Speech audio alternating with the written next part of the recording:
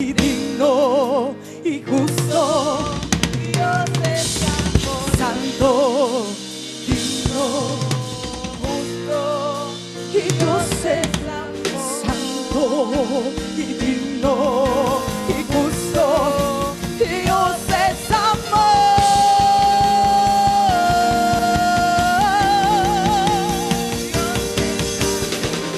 Santo y digno y justo.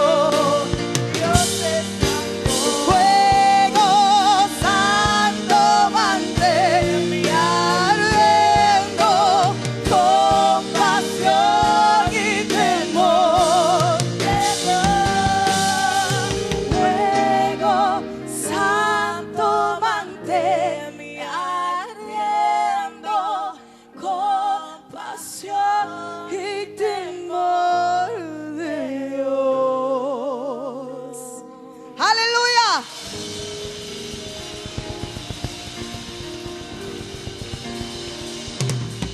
Siéntate un ratito. Te puedes sentar. Adoramos al Señor por su presencia, ¿verdad? Porque Él es fiel y para siempre su misericordia. Hablemos un poquito en esta noche y trataremos de ser breve, ¿verdad? Para que nos vayamos a casa. Y acabamos de leer una porción de la palabra muy interesante. Estamos leyendo una carta del apóstol Pablo a su discípulo Timoteo. Esta fue la última carta que escribió el apóstol Pablo, segunda de Timoteo, estando preso en la cárcel de Roma. Y ya después de esto fue ejecutado y murió. Estando allí, él sintió la necesidad de escribirle a su hijo Timoteo, su hijo espiritual. Amén. Y siente la necesidad de hablar un poquito con Timoteo. ¿Quién era Timoteo? Conocemos, ¿verdad?, que Timoteo fue hijo de madre judía, padre griego, pero su padre falleció cuando todavía él era muy pequeño. Yo siento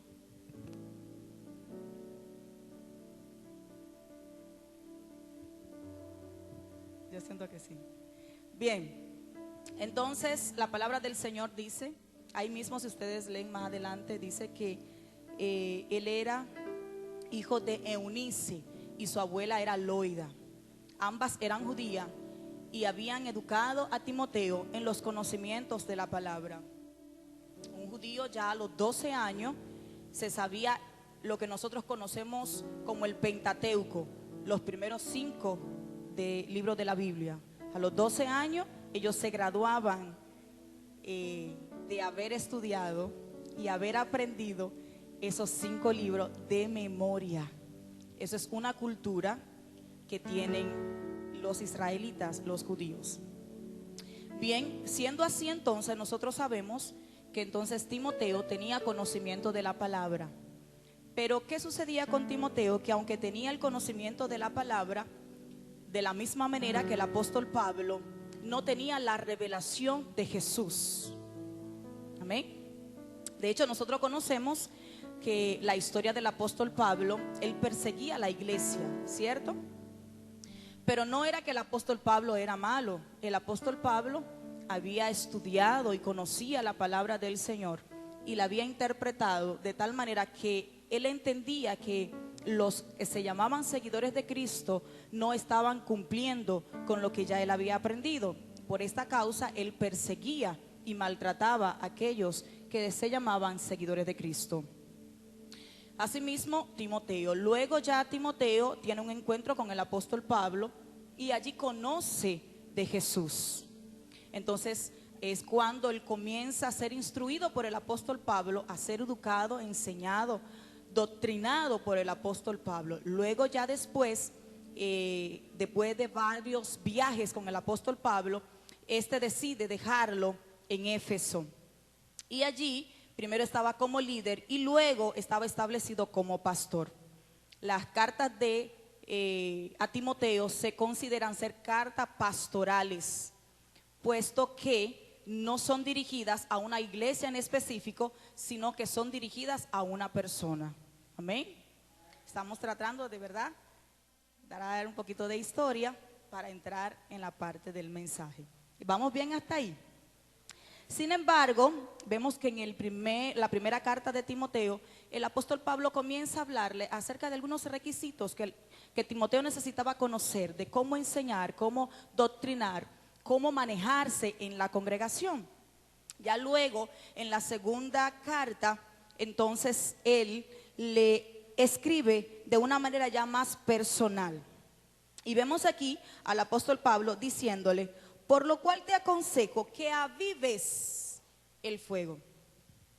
Nosotros de repente cuando leemos esto entendemos que entonces Timoteo de alguna manera o por alguna razón estaba desanimado, porque cuando yo le hablo a alguien de animarse, ¿verdad? O de avivar, es porque entiendo que está desanimado, ¿cierto?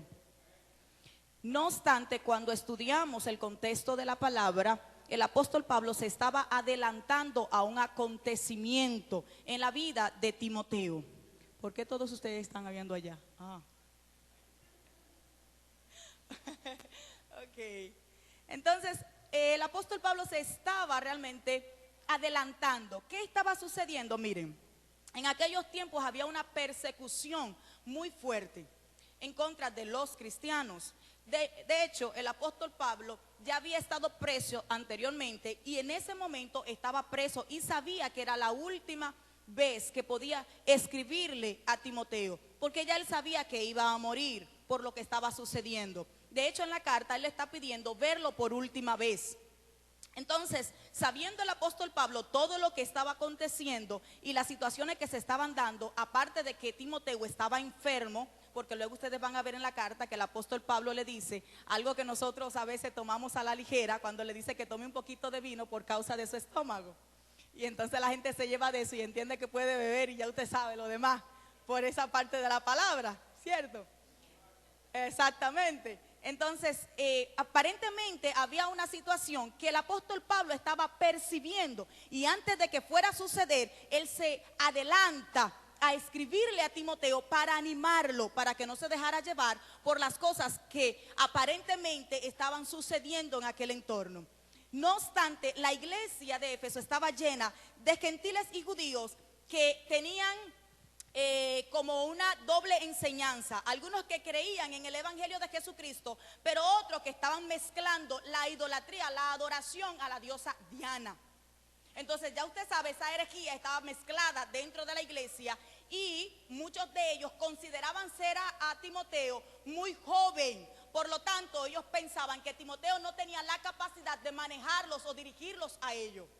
Por eso el apóstol Pablo le dice: no pongas en poco tu juventud. O sea, son ciertas situaciones que se están dando con Timoteo que el apóstol Pablo, como líder de él, como su maestro, está tratando de advertirle, cuestión de que esto no lo desanimara y fuera a soltar el legado que sobre él ya se había dado. ¿Alguien va conmigo? Ok. Entonces, vamos a ver. Vamos a tratar de detallar un poquito esos dos versículos en la medida que el Espíritu del Señor me lo permita. Lo primero que le está diciendo es, vamos a leer desde el principio para poder caer en el contexto. Doy gracias a Dios, al cual sirvo desde muy de mis mayores, con limpia conciencia, de que sin cesar me acuerdo de ti en mis oraciones noche y día, deseando verte, al acordarme de tus lágrimas, para llenarme de gozo, trayendo a la memoria la fe no fingida que hay en ti. ¿Una fe qué?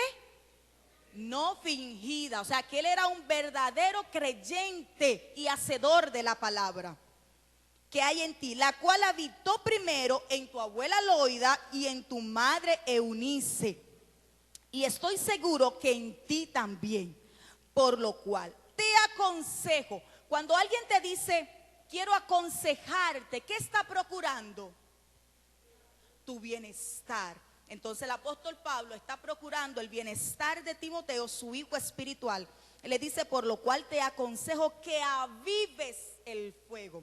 La palabra avivar en el hebreo es shaya, significa vivir, tener vida, mantenerse vivo, sustentar, nutrir, preservar la vida, vivir próspero, vivir para siempre, estar restaurado en vida y en salud.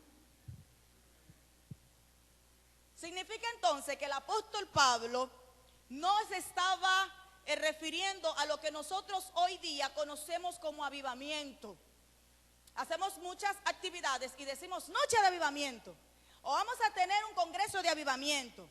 Y cuando venimos a la casa, venimos con la perspectiva de que va a haber, ¿qué? Vamos a brincar mucho, va a haber, ya usted sabe, ¿cierto?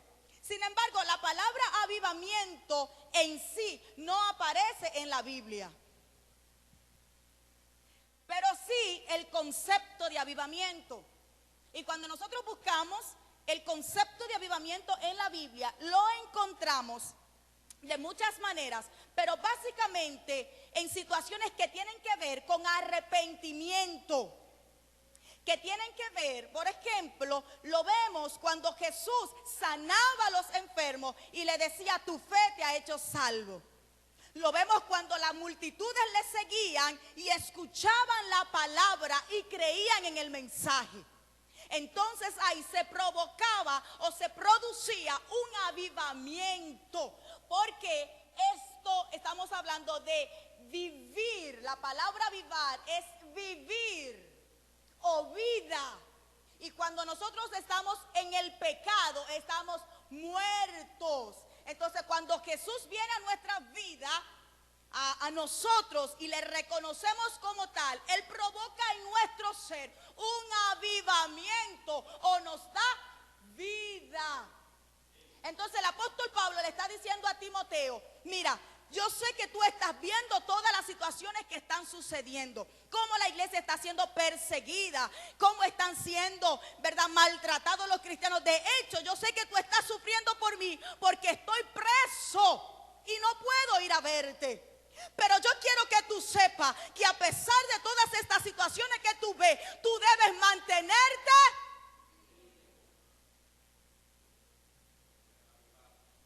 Amén. ¿Estamos aquí? ¿Sí? Ok. Le dice, aviva el fuego del don. O sea, mantén lo que Dios te entregó. O sea, el apóstol Pablo estaba asegurando el legado en la vida de Timoteo. ¿Cuál era el legado? Él era un pastor. Entonces el apóstol Pablo estaba asegurando que lo que Dios le había entregado como tal no fuera contaminado o no fuera zarandeado por las circunstancias adversas de afuera, sino que él entendiera que lo que se le había entregado debía mantenerlo vivo. Amén. Le sigue diciendo entonces el apóstol Pablo, avivas el fuego del don de Dios que está en ti por la imposición de mis manos. Se te fue dado por la imposición de mis manos. Entonces vamos a hablar un poquito de la impartición o de la imposición de mano. ¿A cuánto no le han puesto la mano para profetizarle? ¿A cuánto no le han ministrado? Así te dice el Señor. A muchos, ¿verdad? Ahora bien, nosotros necesitamos tener un poco de cuidado, porque la imposición de mano trae una transferencia. ¿Qué trae? Ok. Entonces, mis manos tienen una tipificación profética y tipifican nuestras acciones. ¿Qué tipifican? Ok. Pero nuestras acciones pueden ser correctas o incorrectas, justas o injustas. positivas o negativas. Lo que significa que si de repente mi accionar no es el correcto y yo impongo mis manos sobre ti, mi transferencia hacia ti no será vida, sino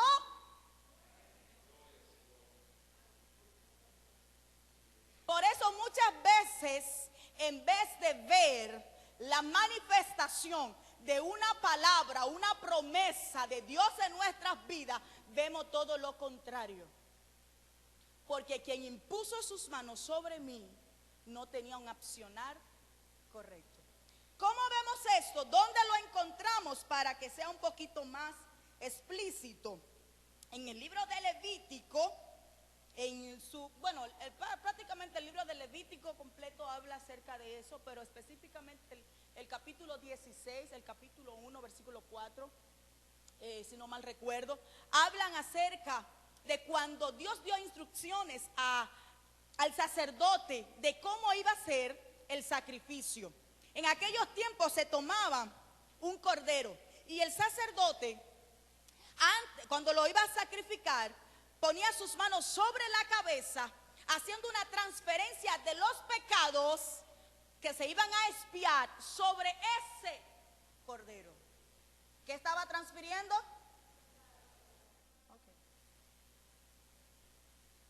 Lo vemos entonces también en el libro de Primera de Timoteo, y este se lo quiero leer para que usted vea que no solamente está en el Antiguo Testamento, sino que lo tenemos también en el Nuevo. Primera de Timoteo, capítulo 5, el versículo 22 dice: no impongas, y es el mismo apóstol Pablo hablándole a Timoteo, no impongas con ligereza las manos a ninguno, ni participes en pecados ajenos, consérvate puro. ¿Está ahí? Ok. No impongas con ligereza. ¿Qué es ligereza? ¿Qué es? Con rapidez. Usted ve que nosotros como cristianos, cuando estamos en el fuego, no sé, en calentura, queremos poner la mano a todo el mundo. O queremos que, por ejemplo, viene el predicador, no sabemos, no lo conocemos, y entonces queremos que ese predicador, cura a Dios, nos ponga la mano.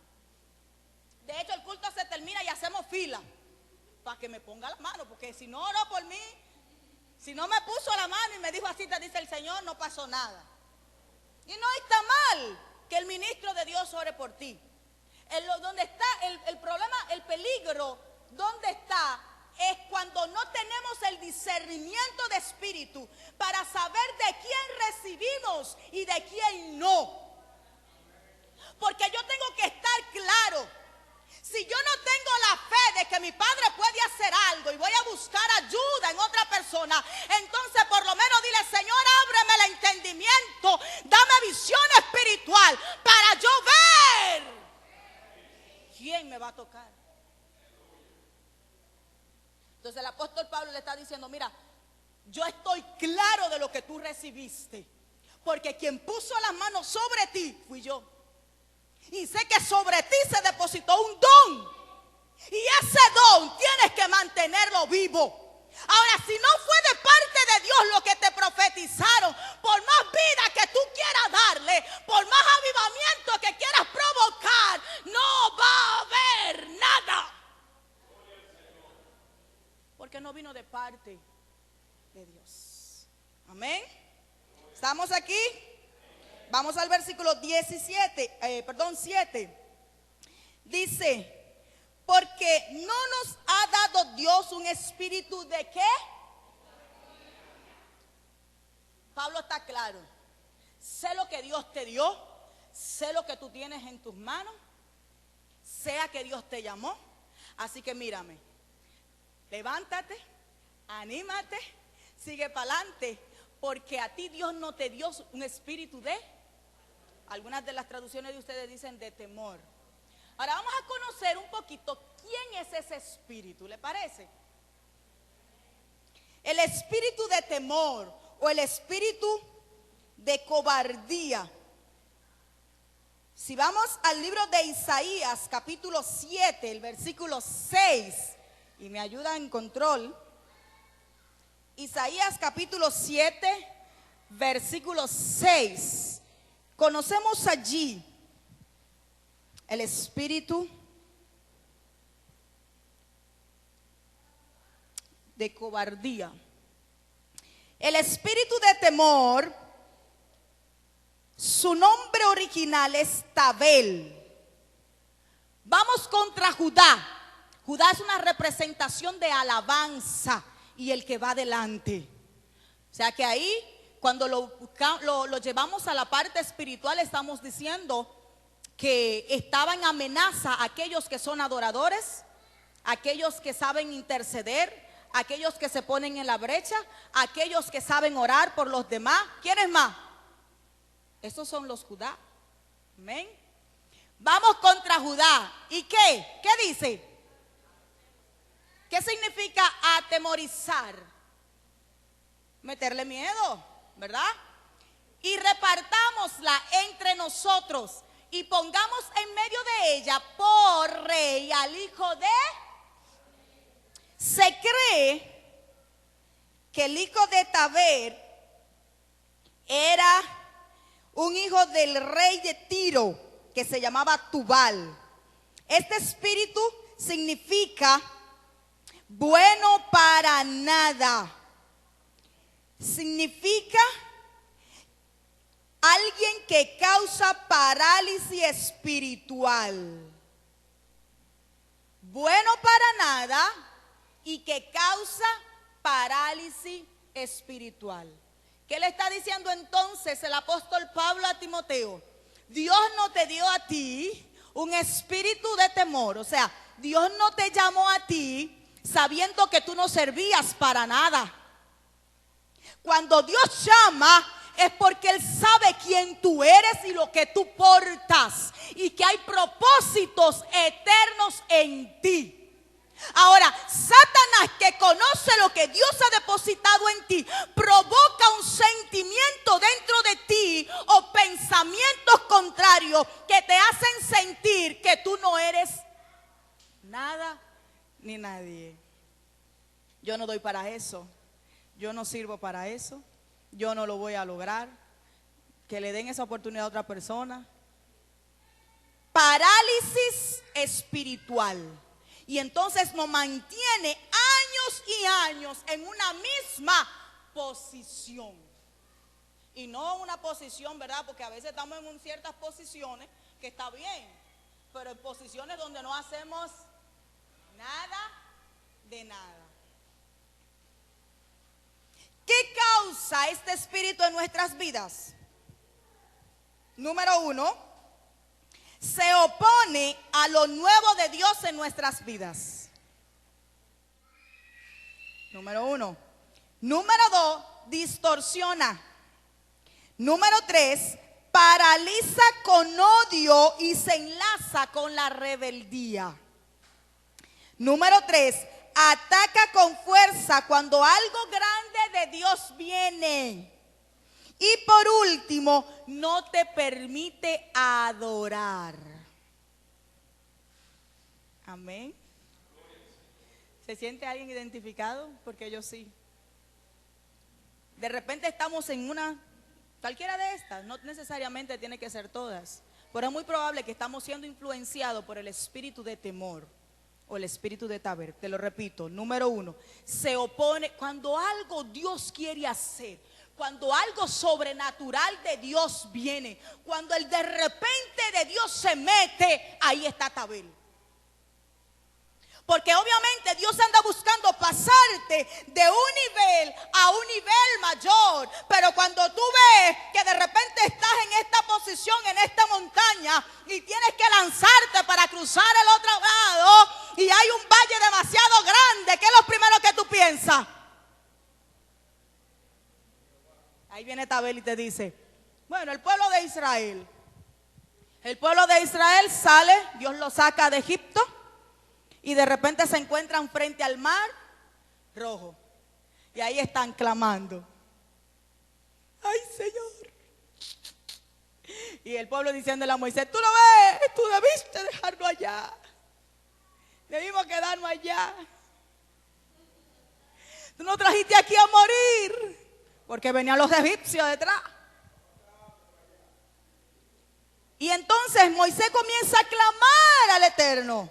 ¿Y qué le responde él? ¿Por qué clamas a mí, Moisés? ¿Qué tú tienes en la mano? El problema era que Moisés estaba atemorizado porque los egipcios venían a caballo detrás de ellos para matarlo. Y el temor, eso es lo que hace, te paraliza y no te deja ver más allá o lo que tú tienes para hacer que ya Dios te ha entregado. Amén. ¿Alguien se siente así? Muchas veces yo me he sentido así, pero hoy se va ese espíritu. Distorsiona. Eso es tremendo, ¿verdad? Yo no tengo mucho tiempo para detallar. Paraliza con odio. Y el odio se enlaza con la rebeldía. Hello. Ataca con fuerza cuando algo grande de Dios viene. Si tú ves que hay un fuerte levantamiento, porque usted sabe que el enemigo no se va a quedar tranquilo, obviamente, ¿verdad? No te la vas a poner fácil. Y por último, no nos permite adorar. ¿Cómo vencemos y mantenemos el fuego de Dios encendido en nuestras vidas? Ahí mismo te lo dice. ¿Qué te dice? No nos ha dado Dios un espíritu de cobardía, sino de ¿qué? Pero eso pareciera como que se quedara en el aire, ¿verdad, hermano Rafael? Porque cuando de repente viene el temor sobre nuestras vidas, como que se nos olvida que tenemos las herramientas para deshacer, ¿verdad? Se nos olvida. El miedo nos paraliza. Eso es como cuando una vez a mí me atracaron entrando casi a mi casa. Ahí mismito abriendo el portón, llegó un motorista y me dijo, páseme su celular. Y yo me quedé, mire hermana, mire.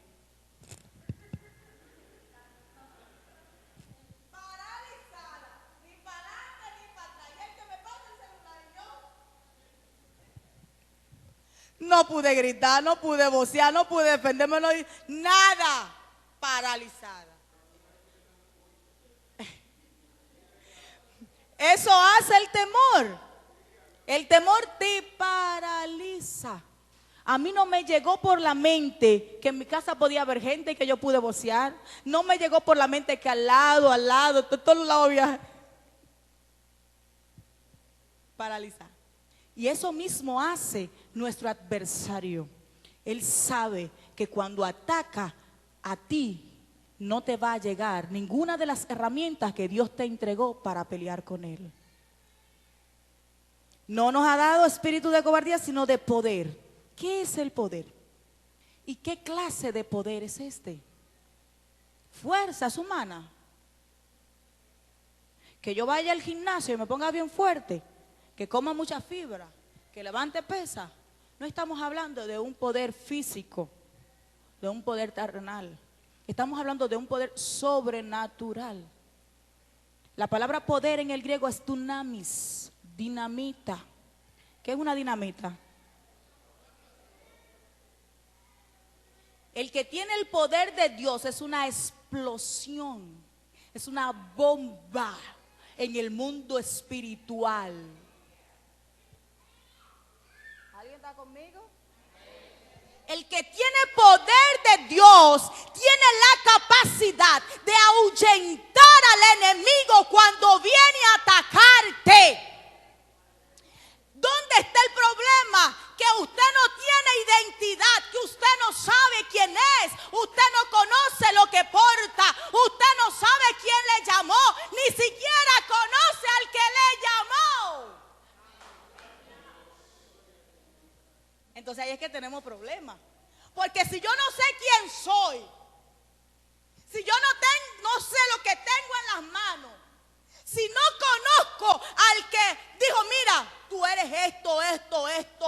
te hice así, yo te diseñé así, antes de que tú nacieras, ya yo te había conocido, yo fui que elegí tu madre, yo elegí tu papá, yo te puse un diseño, yo te formé. Si usted no conoce ese personaje en su vida, usted no es nada.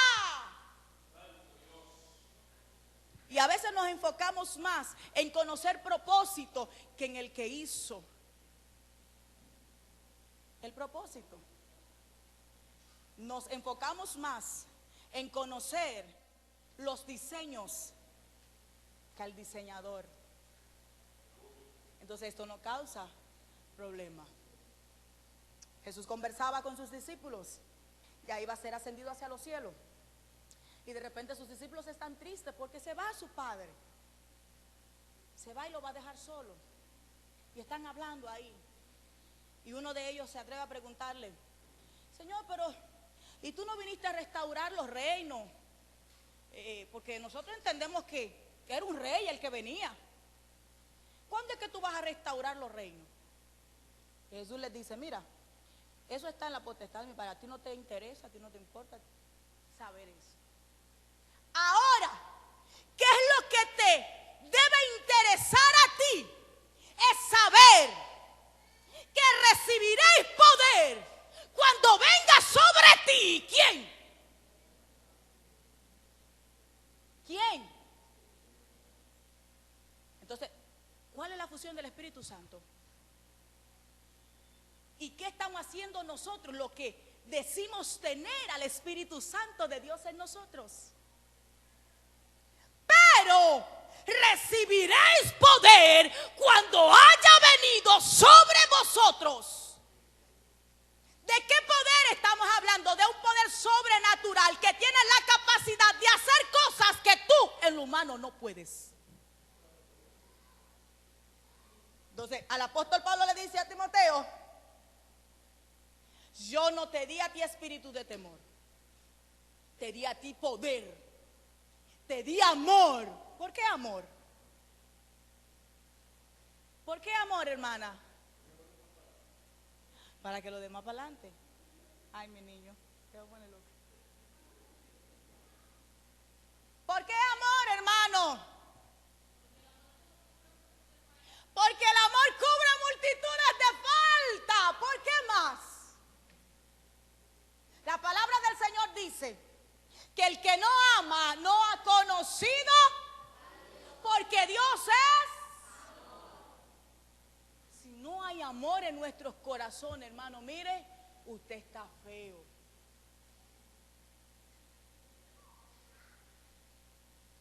Y dice la palabra que en los últimos tiempos, por causa de cómo abunda el pecado, la maldad, el amor de muchos se enfriará. Procure, hermano, que el amor que Dios puso en su corazón no se enfríe. Amén. Y por último le dice: dominio propio. Qué interesante, ¿eh? Es como si fuera un consejo de un papá para un hijo. Cuando un padre aconseja es porque quiere lo mejor para su hijo. Le está diciendo: no tengas temor. Dios te dio poder, te dio amor y te dio dominio propio. ¿Qué es el dominio propio?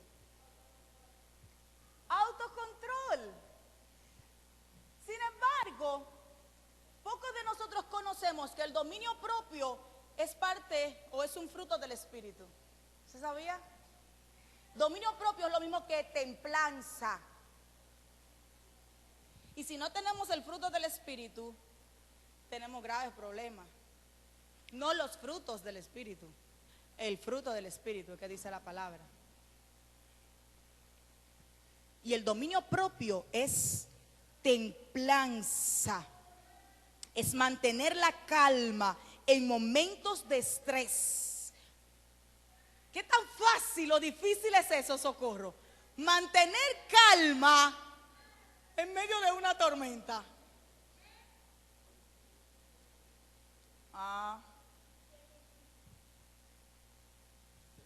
La única manera de nosotros poder lograr esto es: los discípulos, Jesús le dice: De repente están aquí, Jesús les dice, móntense, vamos, crucemos al otro lado. Y van a una región que se llama Gadara.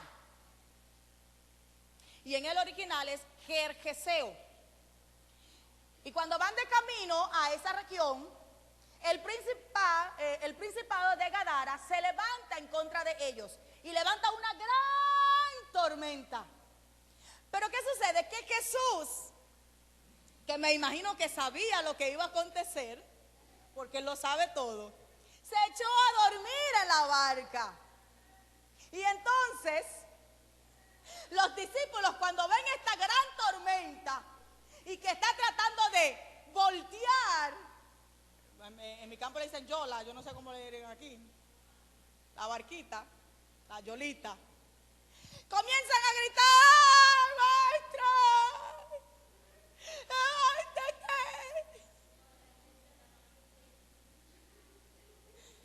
despiértate. Ahí el dominio propio se le fue a pique. Ahí el poder sobrenatural se le fue a pique. Ahí todo se le olvidó. Ahí el temor vino y completamente ¿verdad? Pero Jesús despierta y le habla. Y entonces viene una gran bonanza. Entonces, si Jesús está en nuestra barca, no habrá manera de que en situaciones de tormenta tú no puedas mantener la calma. En momentos de estrés, de desesperación, si Jesús está en tu vida, si Jesús está en tu barca, de hecho, si Él te dio la orden de cruzar al otro lado y por causa de esa orden y tú obedeciste, las tormentas se levantaron, tranquila, tranquilo, que Jesús está en control. Ahora, ¿dónde está el problema? Si la tormenta la causaste tú.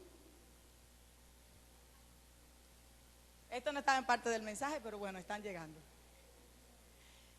Conocemos la historia de Jonás, ¿sí?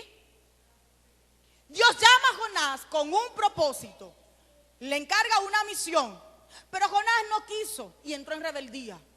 Y en vez de ir a llevar el mensaje a Nínive, él decidió irse a Tarso y se montó en un barco. Me voy, no voy a obedecer a Dios. Y eso es lo que sucede cuando tú quieres hacer lo que a ti te da. Porque el asunto no es lo que tú quieras, sino lo que ya Dios dijo que tú tienes que hacer. Entonces cuando tú te vas por tu propia cuenta, sucede lo que le pasó a Jonás. Hay un levantamiento en el mar. Ahí viene la tormenta. Y no solamente ha afectado Jonás, sino que se ven afectados todo el que iba dentro de. Lo que significa que cuando tú te vas en rebeldía, no solamente las consecuencias son para ti, sino que todo el que está a tu alrededor también lleva. Entonces, ¿qué hizo Jonás? No, espérense, mis hijos, espérense, que no es culpa de ustedes. Esos son los tipos de tormentas que usted y yo provocamos.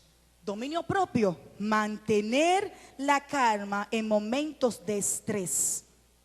Es una persona equilibrada que tiene control de sus emociones y es capaz de dominar los impulsos.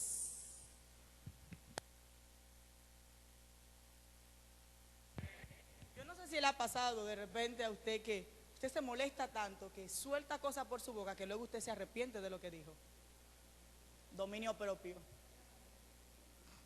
Ay, Señor, perdóname. Y entonces no solamente tiene que pedirle perdón al Señor, sino que tiene que pedirle perdón a quien ha ofendido. ¿Por qué? Porque no tuvo templanza. Y yo no sé por qué, como que este es una parte del fruto del Espíritu, como muy poca hablada. Nosotros conocemos, ¿qué conocemos del fruto del Espíritu? Amor, paz, bondad, fe. Eso es lo que más se mencionan. Gozo, ¿verdad? Ahora, yo no sé qué tanto que nosotros habremos aprendido o hemos entendido el significado de cada uno de ellos y cómo nosotros lo estamos manifestando. Pero el dominio propio tiene que ver con la templanza. Entonces, si nosotros no tenemos templanza, vamos a cometer muchos errores y vamos a echar a perder lo que ya Dios puso en nuestras manos. ¿Qué es lo que el apóstol Pablo está tratando de cuidar en Timoteo? El don. Si Timoteo se lleva, bueno, Timoteo puede hacer esto, está en una iglesia terrible, miren, quieren implantar el culto a Diana, una diosa, la idolatría, ¿verdad? Y están, ya tú sabes, en contra de Timoteo, que es un muchachito, comparado con algunos, porque para el pueblo de Israel, realmente los ancianos son los que tienen rango. Y entonces tienen esa disputa con Timoteo. Imagínese usted que Timoteo, en vez de llevarse los consejos que el apóstol Pablo le da, comience a mandar fuerte. Y tú, te me vas tú. Y tú. Y se deje llevar de la ira. Y no tenga dominio y templanza para manejar la situación, sus emociones, que no importa lo que le digan, él sabe quién lo llamó y que fue posicionado ahí, porque así Dios lo permitió. Imagínese usted entonces, ¿estaríamos nosotros hablando ahora de Timoteo? Para nada. Para nada. Voy a terminar con esto. Le dije que iba a terminar temprano, hermano. Esa misma lectura bíblica que usted tiene ahí en 2 de Timoteo capítulo 1, yo se la voy a leer, pero en otra versión que me gustó mucho y un poquito más clara. Dice: por eso te recomiendo que no dejes de usar esa capacidad especial que Dios te dio. ¿Esa qué? ¿Cuántos de aquí tienen capacidades especiales que Dios le ha dado? Y yo no estoy hablando solamente en lo espiritual, estoy hablando también en lo secular. ¿Cuántos de nosotros no tenemos capacidades que podemos utilizar para la buena obra, para la obra del Señor? Nos conformamos con decir, yo no sé, yo no puedo, yo. Usar esa capacidad especial que Dios te dio cuando puse mis manos sobre tu cabeza. Porque el Espíritu de Dios no nos hace cobarde. ¿Cuántos tienen al Espíritu de Dios? Al contrario, nos da poder para amar a los demás. ¿Qué te da? Poder para amar a los demás. Yo me imagino que yo me imagino al apóstol Pablo diciendo, bueno, espérate, que son hermanos tan difíciles que es necesario que sea Dios que le dé el poder para amarlos. Porque en su propia fuerza Él no lo va a amar. Sí, hermano, porque habemos personas que somos tan difíciles aquí dentro de la casa, que mire, es difícil. Pero Dios nos da el poder para amar, con virtudes, con defectos, con debilidades. Dios nos da el poder para amarlos y aceptarlos, porque todos somos hijos de Dios. Al contrario, nos da el poder para amar a los demás y nos fortalece para que podamos vivir una buena vida cristiana. ¿Para qué? Mire qué bueno es Dios, ¿es? El 8 dice: por lo tanto, no te avergüences de hablar bien de nuestro Señor Jesucristo. Tampoco te avergüences de mí, que estoy preso por servir a Jesucristo. Al contrario, tienes que estar dispuesto a sufrir por anunciar la buena noticia. Ya Dios te dará las fuerzas necesarias para soportar el sufrimiento. Dios nos salvó y nos eligió para que seamos parte de su pueblo santo. Qué privilegio ese, ¿verdad? Ese es el privilegio más grande que usted puede tener, que Dios se haya fijado en usted, que lo haya seleccionado, que lo haya predestinado. Dice, no hicimos nada para merecer. ¿Usted hizo algo para que Dios lo escogiera a usted? ¿Alguien hizo algo aquí para que Dios lo escogiera? No, usted no hizo nada. Dice, sino que Dios por su gran amor así lo planeó. Dios ya nos amaba desde antes de crear al mundo, pues desde entonces pertenecíamos a Cristo Jesús. Dios nos mostró ese gran amor por medio de lo que Jesucristo, nuestro Salvador, hizo por nosotros. Porque Él destruyó a la muerte y por medio de la buena noticia nos ha dado vida eterna. ¿Qué nos ha dado? Ponte sobre tus pies.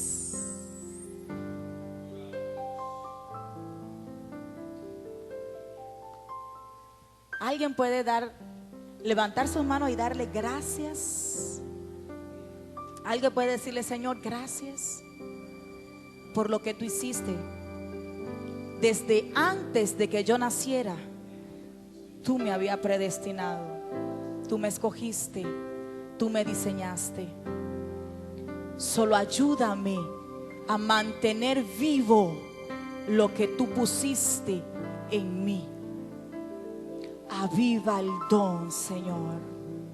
Aviva tu fuego en mí. Que nada me debilite, que nada me saque del propósito, que nada me atemorice, que yo esté claro del poder que tú me entregaste, de que tengo en mis manos las herramientas para pelear y desafiar a mi adversario. Gracias por bendecir mi vida y bendecir los míos. Permite que cada palabra enseñada en esta noche ministre no solamente en este tiempo, sino que al salir de aquí yo pueda rumiarla, yo pueda digerirla, yo pueda vivirla, yo pueda analizarla y ella pueda causar efectos positivos en mí. Padre, yo quiero poner por obra esta palabra en mi vida. Gracias, amado Elohim, en el nombre de tu Hijo amado Jesús.